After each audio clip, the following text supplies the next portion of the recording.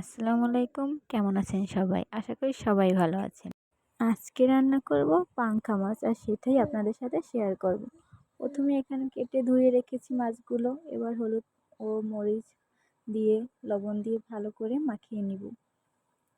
এখানে কিছুক্ষণ মেখে রেখে দিব রেস্টের জন্য। তারপরে এগুলোকে আমি তেলে ভেজে নিব।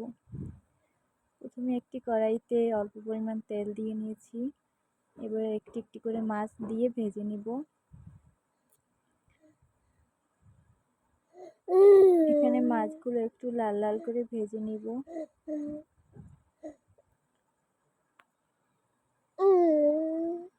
মাছগুলো তেলের ভিতর দেওয়া শেষ।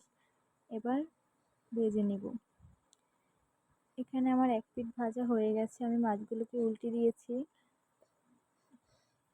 এখানে আমি কেটে রেখেছি আলু দিয়ে মাছ রান্না করব। আলুগুলো ধুয়ে পরিষ্কার করে রেখে দিয়েছি। এবার একটি কড়াইতে আমি পেঁয়াজ বাটা, রসুন বাটা এবং জিরে বাটা আর আদা বাটা দিয়ে কষিয়ে নিব।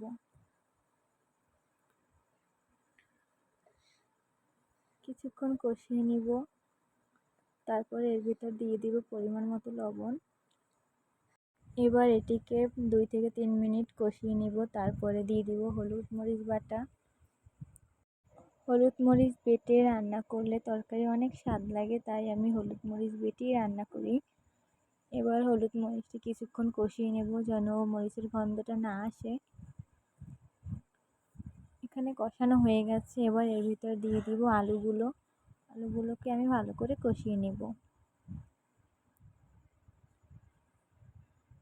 আলুগুলো দেওয়া শেষ। এবার এটিকে আমি 5 থেকে 6 মিনিট কষিয়ে নেব।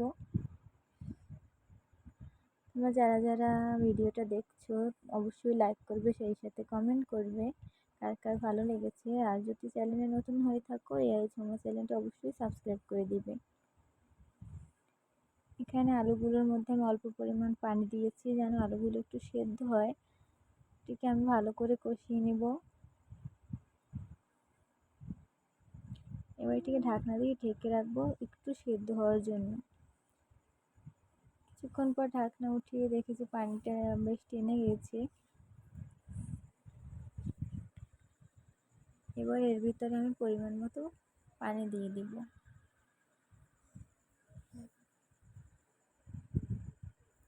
পরিমাণ মতো পানি দিয়ে কিছুক্ষণ অপেক্ষা করব বলক ওঠা পর্যন্ত।